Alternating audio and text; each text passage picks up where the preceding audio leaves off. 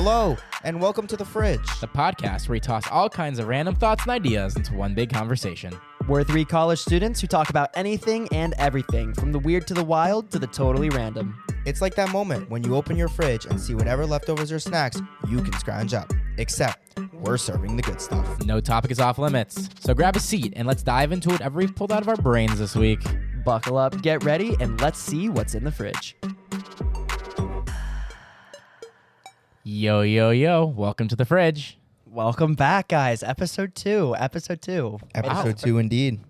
Truly, I know we kind of said this last time, but it really truly has made it out of the group chat, and we're back for a second episode. It really has. All together. Week's gone great so far. I know it's kind of the ending of the weekend, but... No complaints on my end. Been pretty well, and looking forward to starting the new week. Yeah, week's been good. Got through 2 midterms. Enjoyed a couple days off. How about you? It's been pretty good. I have a couple of midterms coming up this week, but I think I'll be able to get through them. You know, typical student stuff. Do you guys? Genuine question here, because this is not everybody's on the same belief system. When does your weekend end, and when does your weekend start? My week starts on Sunday. Weekend ends on Saturday.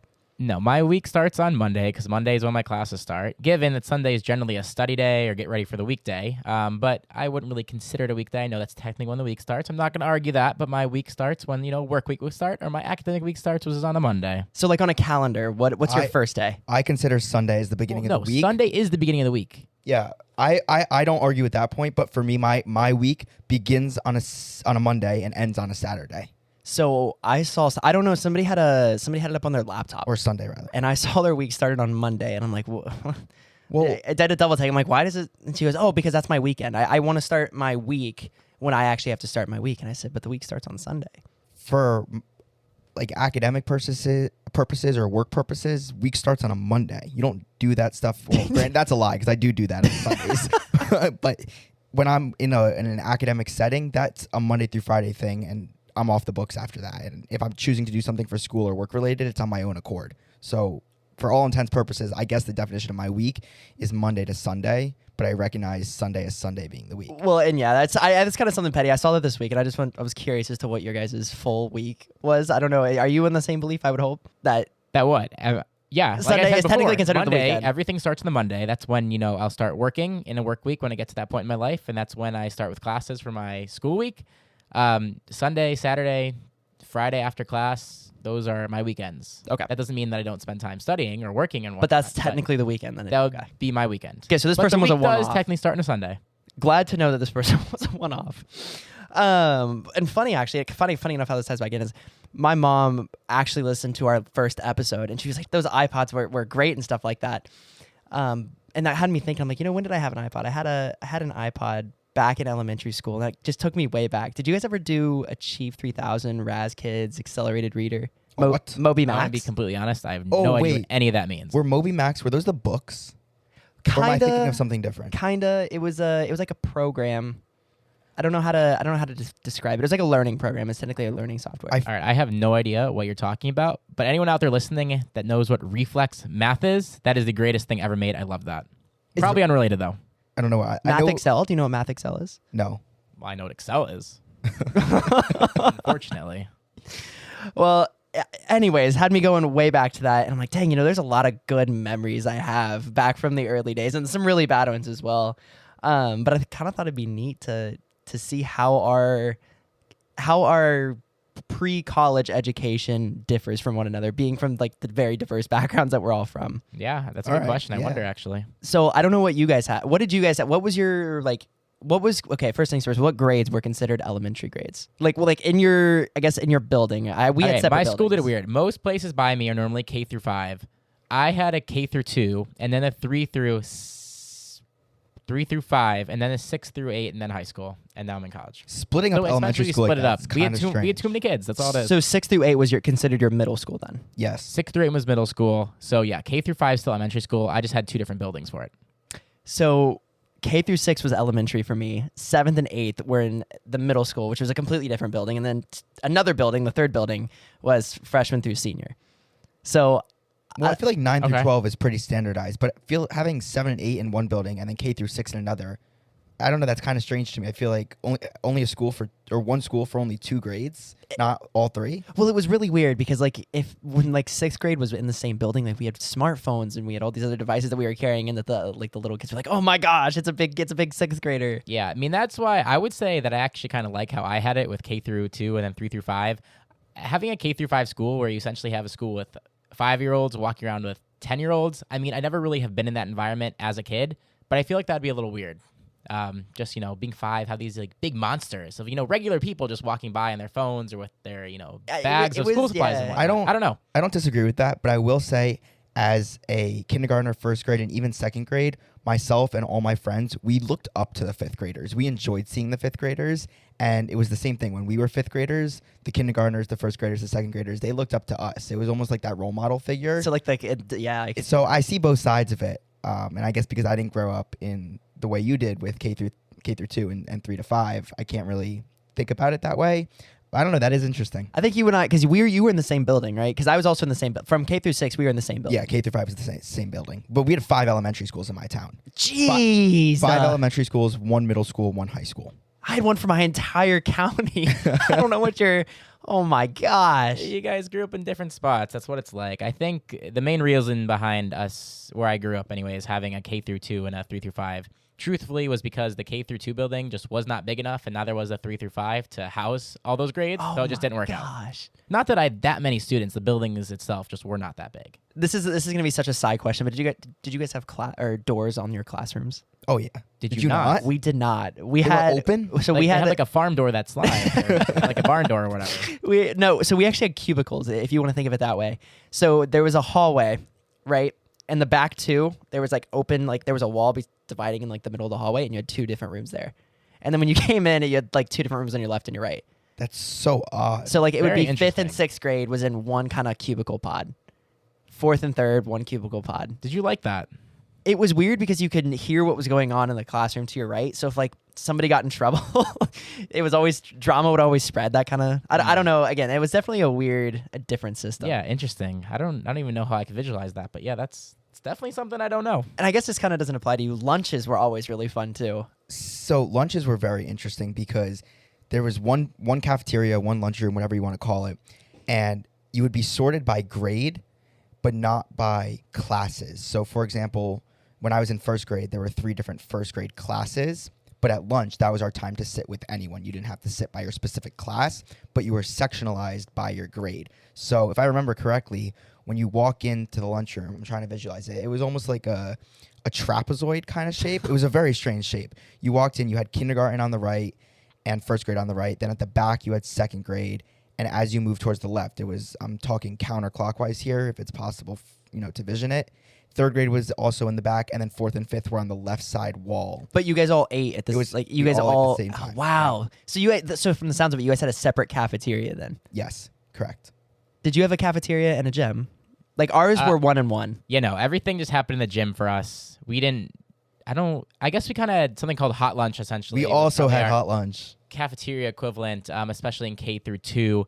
But no, they were just tables set up in the gym, and we sat down. I'm sure it was by class. I don't remember exactly. That was a long time ago. I'm old now, but That does make me happy because they were always merged, and we had like the wall that would slide up, and if it like we needed to have 2 different separate. Yeah. like separate- divider. Yeah. Alright, got you. I don't know. It was kind of weird. And then I know this is really asking a lot for memory and stuff. How many kids did you guys have in your classes on average? My classes growing up until Say average honestly, K through probably 6. until high school, including high school too. My classes were probably around the size of about 20 to 25.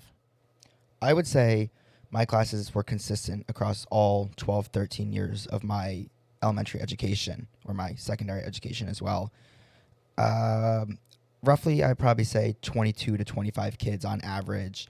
Some classes were a little more like our arts or our music classes. Sometimes they would combine those with multiple Yeah, of like the same- subjects. right, Yeah, correct. But the subjects themselves, as they were diversified, I would say roughly 22 to 25 was the average. I was kind of on par with that, but the thing that was different for me was teachers. We had one teacher for the grade, and then that grade teacher could have done something else too. So not for the entire grade. Let me rephrase that. So we had 2 teachers for each grade, but one teacher per like homeroom, and then they did like music or gym Was that Like your specialty classes. Yeah, like we didn't have a Okay. we didn't have a Okay, specialized okay. person for that. that was in K through 6, or that was all K through 12? That was K through 6. That's honestly kind of the full line. Okay. That was my entire like So pre-college experience. for us, K through 4 was all one teacher. They taught us every subject. So from math to social studies to science to Spanish. They made us take Spanish in elementary school. Those were all the same teacher. And in 5th grade, there were 3 different teachers. There was one math teacher designated, one reading or literature teacher designated, and one writing teacher designated. And then the homeroom Dang, so you guys teacher- like had enough staff to. Correct. And then our homeroom teacher taught the other subjects like social studies and science. So if the beginning of our day started by rotating with those 3 teachers, you would start with your homeroom teacher, you would go to reading, and then you go to writing, or you would go writing, math, reading, whatever. And then the end of the day, you would end back in your homeroom, so to speak, and they would finish up the day there with social studies and science. And then middle school through high school was all a rotating schedule. Yeah, that's interesting. My school did it differently than both yours, given my school did it better, obviously. Kindergarten to 2nd grade, it was just one teacher the entire day. And then 3 through 5, I had essentially AM, PM teachers where I had one teacher in the morning. It was either my math and science, social studies part, and then my afternoon would be English or English and writing combined, and those would flip. So I had that each day. And then, middle school, high school is just block schedule. I had 4 classes a day plus lunch and all that fun You stuff. only had 4 classes per day? Yep, I was also on 90-minute block classes. schedule. 90-minute Oh, classes. okay. So this is a breeze. College is a breeze. I was going to say my middle school was 9 class periods. Each class was Jeez. 48 minutes. It was a very weird time because the way the block schedule was. And lunch, I believe, was 55 minutes. And those extra minutes were made up throughout the day, to create a full 7-hour day or whatever the school's required. Okay, cool. That makes sense. Different question for you guys. High school, do you guys have open lunch? Do you know what that means? Is that where You guys have that. leave to go get? Yeah. I have a funny story on mine. Short ahead. story, we didn't. What about you? No, we didn't. But if you had study hall right before lunch or right after lunch, then you could sign yourself out. But you had to be a junior or higher. So a junior or senior, you could only do that. So you did. You But- kind of did, and like quote. But I guess but- by definition, no, we didn't. It was not something that we were allowed to do. Again, another thing my school's better at. We did. Okay. I would have done that. I would love to do that, but unfortunately, we like my freshman year, we had a couple of the upperclassmen ruin it for everybody. They just, I don't know if they got locked out or they didn't come back in time, and then they just shut it down after that. So I didn't get to enjoy. I mean, I will say it's definitely nice to be able to leave sometimes and go grab lunch with your friends or whatnot, or even just, go on a drive or go on a walk a little bit and just leave the school and clear your mind for a little while. That being said, I mean, by the time you really got out of the building to go somewhere, you only really had 15, 20 minutes to eat before you probably had to head back, depending on how far you were going, especially if you were driving. But it was definitely nice to have that option available to us to leave during our lunchtime. Well, and another thing too, you guys had options like to what you chose to go consume. That is right? true. I lived in the area where I had restaurants. I mean, you could have. I You had, just would have had to drive 45 minutes. 45 minutes to an hour to get anywhere decent. Yeah, I could go to, Chipotle, for example. I could probably go to one within 10 minutes either direction from my school. Yeah, that's a luxury. Such a luxury. It's a nice luxury. And throughout this entire conversation with my mom, one thing that like just came back immediately was the process of getting my driver's license. I don't know what that looked like for you guys. I was absolutely terrible for me. What happened? How would it go for you? I don't know what your state's requirements were, but in order to get your license as fast as humanly possible, you had to have a learner's permit for X amount of days, take driver's ed, and then that you were eligible for like a time reduction of when you could get your license. So it was really horrible because I had to, again, you had to hit so many hours and log so many hours under a learner's permit, which was tough because they had to be in certain conditions. And then we had to take the driver's ed part, which it's not just a test. It's actually, it's a course on top of like your typical school workload. And, I might have been in the middle of nowhere, but I was still on that honors track. So it was pretty time consuming. That part kind of sucked. I don't know if you guys had anything. I don't know what I mean, I don't remember my process exactly, but I took my driver's education class at school. And I believe I actually ended up taking my driving test with my school instructor who also did my lab hours as in my actual like driving, not necessarily the school component in class. I ended up taking the test with them. And then, when my birthday rolled around, I went to the DMV, waited in line for way too long probably and got my license. It was a fun day. So did you have like a time reduction, or was it like one set? Like you have to be 16 in X amount of months, period, before you can get your license. No, I couldn't get my license until I needed to be 16. Once I turned 16, I could go to the DMV and get my license. Regardless of if you did driver's ed or anything. No, you had It to was hit the 16 flat? requirements. No, you had to be 16, but you also had to have had you could get your permit at 15 in my state. I don't know. There was also some certain number of hours that we had to hit driving. There was mostly daytime driving, but I think you also hit a certain number of nighttime hours. I don't know exactly, but the process wasn't too bad. Waiting in line at the DMV was certainly the worst. On my birthday, I spent an hour and a half there. It was Wait, did you say DMV? lovely. DMV. Well, I think you mean Department- BMV, but we'll circle back. What'd you say? I think you meant BMV. BMV. No, I definitely meant DMV in my state. There's also a state that calls it the DOT, but that's not my state. I identify with the DMV. What about you? Well, I think I've now drawn the conclusion of why drivers from my state are extremely and absolutely deplorable. You probably can now put together what state I'm from, but from what we have to do, first of all, it's a DMV. I've never heard of a BMV. It's the Department of Motor Vehicles. Not the Bureau of Motor No, it's department. But you have in sophomore year of high school, sixth grade. No, in 10th grade, you take your driver's ed class for your first semester. So, or your first half of your year, it's a half-year class, and it's taught by one of your gym teachers. Oh, so again, you guys had that. Dang. That was the only situation, though. The gym teachers were the only ones who moved around. They taught you in 8 weeks, not even, I don't even know how long, whatever, a couple months, and you had a booklet. You went through the course. You took a test. It was a 50-question test. You took it in class. You had to score an 80% or higher, and as soon as you got that ticket, once your 16th birthday rolled around, you were able to go get your permit, or it was actually given to you. You would do after your 6 hours of driving. So you don't have to do nighttime. 6 hours, that's all you had. There's no 6 hours of driving. Correct. There's no nighttime requirement. There's no rain requirement, no snow requirement. It doesn't matter what the conditions are. It could be 80 degrees in a sunny day, and if you want to bang out your 6 hours, go ahead. The only stipulation to that is you can do 2 hours per day. So the standard way to do it, and the way I did it, my friends did it, my sister did it, is you make the appointment before you turn 16. You block out your 3 days, back to back to back.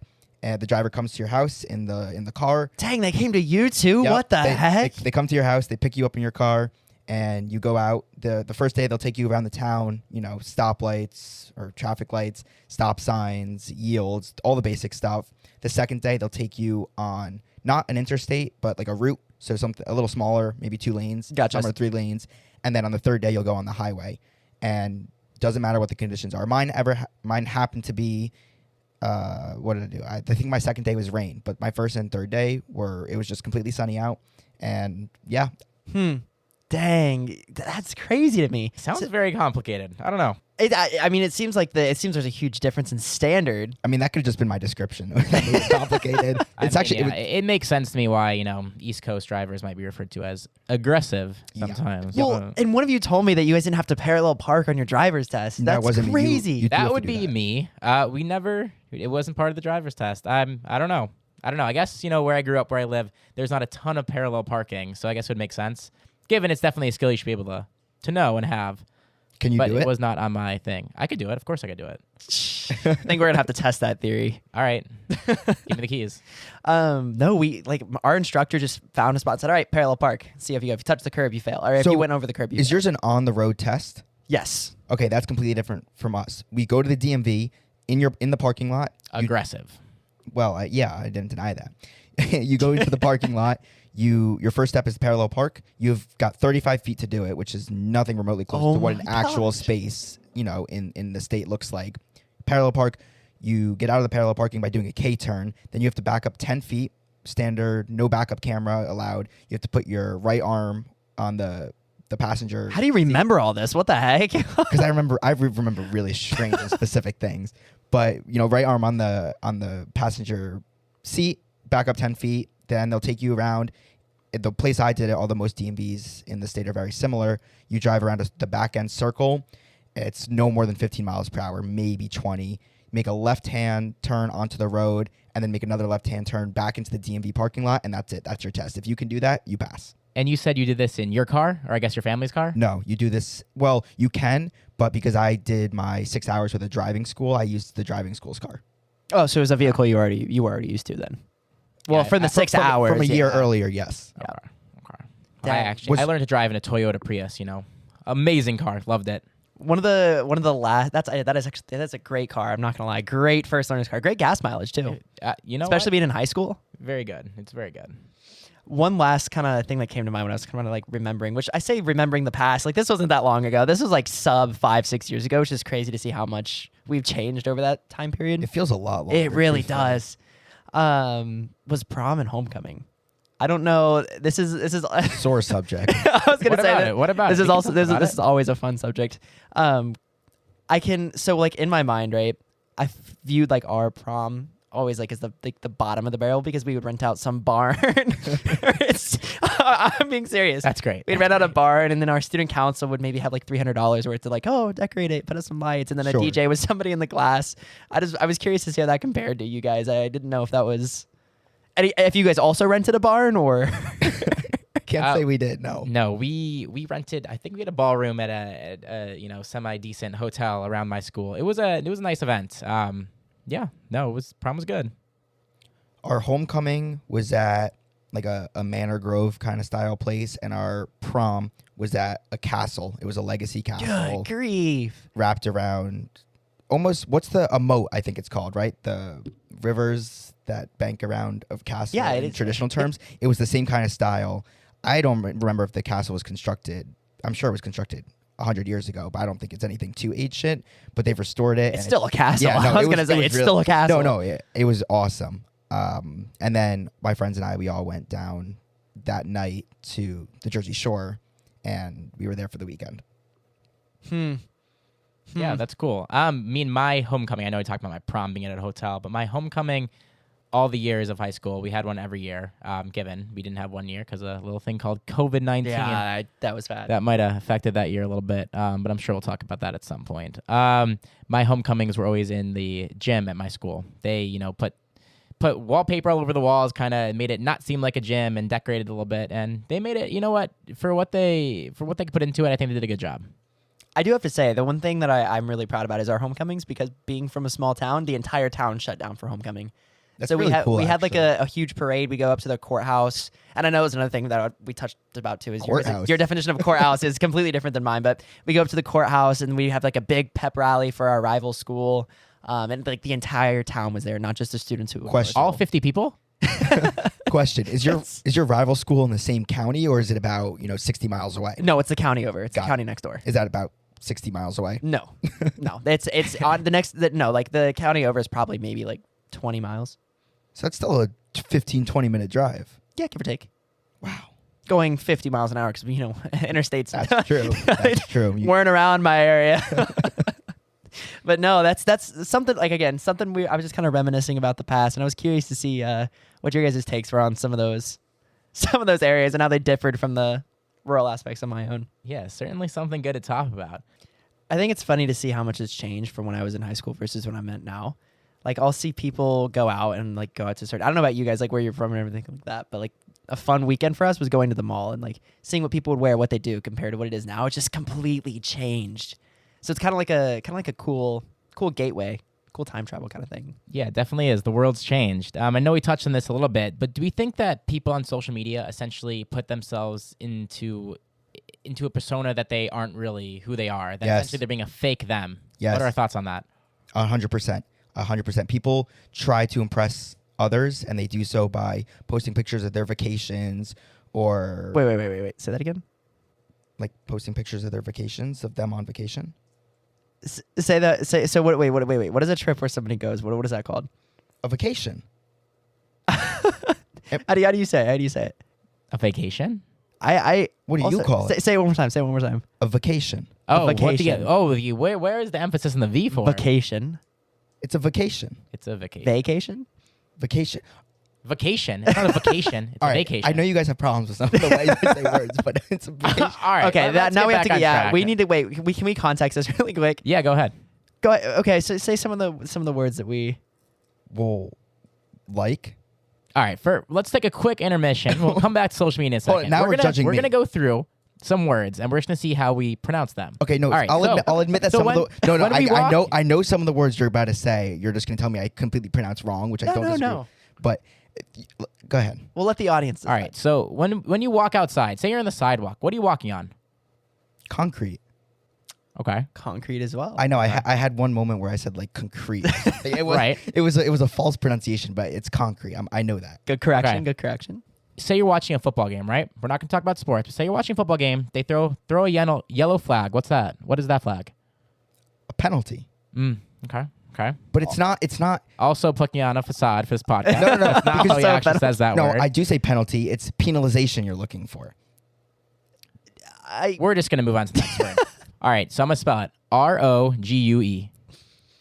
Well, no. This He's struggling. 'cause he's no. trying to pronounce it the Please, right way, even though he please. doesn't normally do it. Just be yourself. it's rogue, but Oh. I say rogue. What is it? What? Rogue. Rogue? Roge? See, now I don't Oh, even know. Roach. Oh, so he's all right. All Perfect. right, back to social media. That's All all we right, need. back to social Case media. closed. Are people fake on social media? Let's talk about it. I'm not a social media user all that much. I scroll through my reels. I think people make content for views just to monetize, and that's a business. It's a way of doing life. I agree. So I think it's a good thing, but I mean, it happens for sure. for sure. I'd definitely say that friends or people that you know, not necessarily content creators, just friends, family members that, you know, post the occasional picture on Instagram or Facebook or whatnot. I think that a lot of that, I don't think it's necessarily them being fake. I think it's them just posting their life. But really, social media at the end of the day, it's really a highlight reel. When you go on vacation, when you have a kid, when you buy a house, stuff like that, those big events, those are what you post about. Those are what you want people to, know those accomplishments that you've hit. And I don't think it's necessarily them being fake, given there are definitely people who act a certain way on social media that they aren't like in real life. But I think a highlight reel is generally a more polite way almost to look at what social media is. That being said, there are definitely people who put on personas that maybe shouldn't. I would agree with that. I actually like how you said that better than how I phrased it before because, I mean, looking back at what I do myself, when I go on a family trip every December, I do post a photo of, the trip. Right, which is totally fair. So, yeah, I actually like how you phrase that better, that there's certain people who put on a fake persona or represent themselves as someone they're not. It's not everyone. And I also believe that it's come down to, so to speak, societal norms in our generation. Our generation grew up with technology, and as we age, the presence of social media. I mean, I remember Instagram going all the way back probably to 4th or 5th grade, truthfully. I don't know if I had it then, but I knew it was a thing, and I knew people who had it and posted on it. So I would say it's kind of become an influence of how we act with us and our peers. I think it's kind of funny too to see the generational flow of like social media. Is like for us, it's Parents on Facebook. exactly that Or, like, generation's going on back even a Facebook. little more, like MySpace. Like Oh, if my that's way parents bring back. that up, anyone, it's like, oh, that's an old person thing. And it's like, yeah, it is to me. But in 20 years, 30 years, when maybe we have kids and they're a little older, is Instagram or Snapchat going to be like an old person thing? Like to think about that, that's kind of crazy. Well, did you guys? I had a Musical.ly. Did you guys have Musical.ly? You know what? I think that my brother and my cousin did. I think we made a video for it a long, long time for our super cringe video that will never see the light of day again. But I do believe so. Yeah, I'm pretty good. I'll find it. I Don't you worry. did. You won't find it. Wasn't Musical.ly the evolution of Vine, or am I mistaken? I think they were two separate. I They think were separate, but somehow didn't Vine connected, but I'm not exactly sure about it. It was one or the other. But anyway, the only reason I remember Musical.ly is because I never called it Musical.ly. I called it music.ly. You were one. That actually tracks. That tracks pretty well. It makes sense. I can't question that anymore. Well, and one of those services though is Twitter is something that's generationally capped, or is it something you grow into? Because I used Twitter maybe my senior year of high school, and I scroll occasionally every now and then. But I didn't use it in middle school. Like that was just not a thing. I've never been a big Twitter guy. I have an account. I've been on it maybe 5 times total in my life. Oh, I'm sorry, I X, don't X, by the ever way. use it. Yeah, formerly known as Twitter, we should say. It is certainly X now. But I know a lot of people use it. People seem to like it. I have heard some complaints about some people's feeds showing some interesting things sometimes. But again, I'm not on it and can't personally speak to it. I had it when I was younger. Really? So you used it? No, you didn't Oh. let me finish. I was on it very infrequently. Now I'm on it almost every day. No, I am on it every day. I think it's Is that your main platform? yes. I try to avoid Instagram. I really do avoid Snapchat. Is it just because you don't? I understand Snapchat. But and why do you LinkedIn? I avoid? do use LinkedIn. Why do you? Is that? Well, so I'm gonna circle back to that. Or like Reels or just Instagram as well? Both. Okay. I used to be in the death trap of TikTok and Instagram, and honestly, it was just brain rot. There were so much better things I could have been doing with my day instead of watching people do stupid and silly things. If I want to do that, I can go on YouTube and search up dumb fails or 50 failure. Whatever. Like, I just don't see the purpose of it anymore. I know we just talked about it, but have we ever gotten to the area? I know we don't have TikTok anymore, but I know that we might all occasionally dabble in some YouTube Shorts or Instagram Reels. How do we manage our time on those? Do we ever get in the area where we're just scrolling and it's a half hour? You get those, things that pop up. You've been scrolling for like so long and you need to get off. How do we manage our time on productivity with that? Well, I can confidently say that Reels doesn't have that feature yet, at least on my scope, which is rather unfortunate. I work best under pressure, so I'll push all of my assignments to due dates, regardless of what media, YouTube, video games, etc.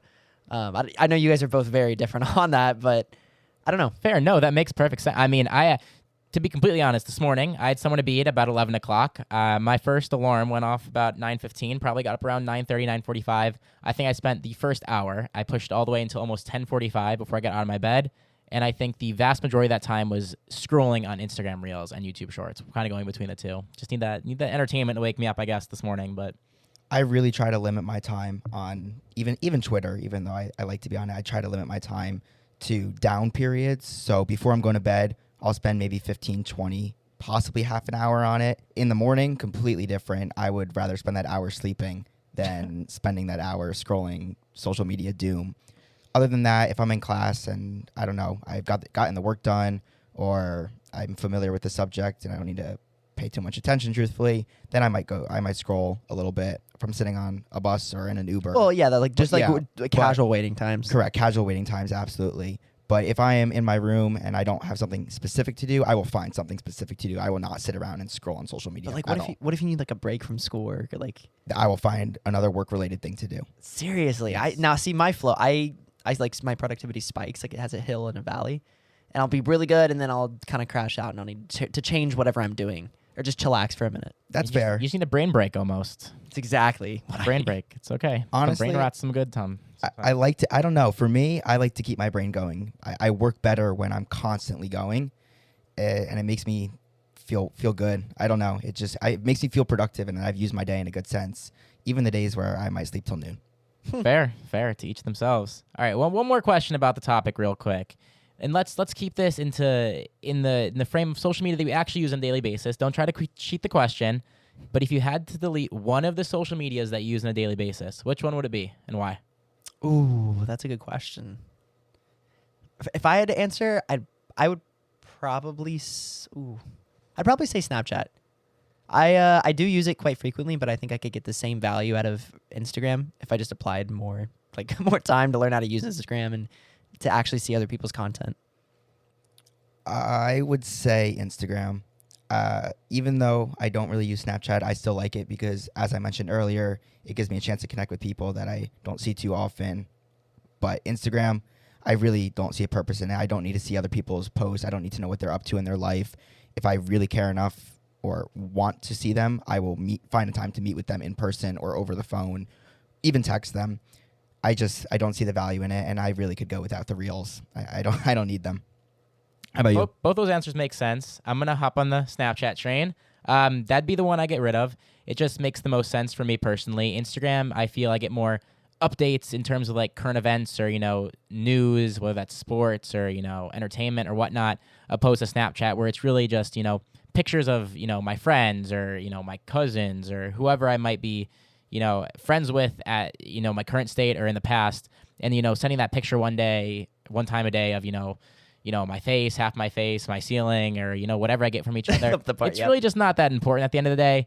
And I feel like I get more information that's actually useful on Instagram, and I would choose to get rid of Snapchat. I have a question. Yeah, go ahead. What if we don't make this theoretical and we actually do it? No. Okay, exactly. Well, the question is, you guys I think are more invested with your like snap streaks. Do you guys think you could lose those? Yeah, Would you it be doesn't willing to give those actually up? matter. I definitely if we were have to delete it right now. I would have no issue if I deleted my snap streaks. They're not actually important. People who are actually important to me and with whom I actually have real relationships and friendships, those will not go away anytime or at all relating to my activity on Snapchat. It's like we can text, we can call, we can communicate in other ways. So what is holding you back from deleting it right now? Because I have storage on my phone, so it allows room for it to be on my phone. And I don't spend much time on it. I'm really probably on it 10 minutes max a day, so I don't see it as an issue. I certainly spend more time on, YouTube or Instagram, and I don't know. I could get rid of it. I'm not going to, though. No, that's totally fair. Truthfully, I probably wouldn't get rid of Instagram either right now because I do hop on it on occasion, or my dad likes to send me reels. He'll be sitting on the couch at 10:30 at night and send me something that I like to watch. But again, I'm not really on it. And to answer your earlier question, I do have ties with my Snapchat streaks, and I don't know why. I know it doesn't actually mean anything, but some of my best friends who I've known since 7th grade, we've had the same streak ongoing, and it's over 1,000 days. Something about that to me, I know no one's ever going to see it. It doesn't mean anything, but for one reason or another, there's a personal connection that I don't have the words to describe why. Curiously, if you pull up real quick, what's your highest Snap score each year? Oh gosh. It'll take me a second to find that. I think I'm not consistent enough to it'd be interesting, though. I mean, there's certainly people I'm friends with who are more consistent than others, but I think I have a couple decent ones. My highest one is Let me look. 66. Okay, okay. Low. Mm-hmm. My Snap score is also really low, though. It tells you how much I use Snap scores. My highest one is 2,031. Holy crap. Yeah, good friend of mine, long time. That's actually higher than mine. But I talk to him at least probably once, twice a week, though, so we're more than just, Snapchat friends. Mine's 1,224 days. Dang. So with the champ, how many years is that? Can somebody Google that? How many days was your streak? 2031, I think. Yeah, 2031. Let me look this up. Mine would be About 7 years or so. 3.35 years. What did you say? 7 years for yours? Well, it's probably going to be. Comes out to about 5. I'm 10. terrible 2000 is about 5 years. Okay. So you've kept it going 5 years with zero break. Did you have to restore them anytime? No, I've never restored. I would never. Don't you have to pay for that? I think I don't know. I think you have to pay for that. I saw I'm not really I saw sure. it pop up. I would I'm not. like, It's not worth it. Even those 5 years of snaps once a day, it's not worth my 99 cents. I think. Well, on this to close this off. In today's modern times, like back when the whole Facebook era blew up and everybody wanted to be on Facebook, what is the largest global social network? Facebook. I would agree, Facebook. Actually, Are you sure? 'Cause No. I mean, Instagram and TikTok especially. Maybe. Facebook would make the most sense to me. I wouldn't be surprised somehow YouTube found its way up there. Ooh. I don't know. What about you? I don't know. TikTok, maybe. By active users, that is, not like just the most accounts created. Active. I'm gonna stick with Facebook. Honestly, in the current state of the world, I would not be surprised if it was Twitter or X. Collectively, so if you guys had to both, like, as a team, collectively decide on one, what would it be?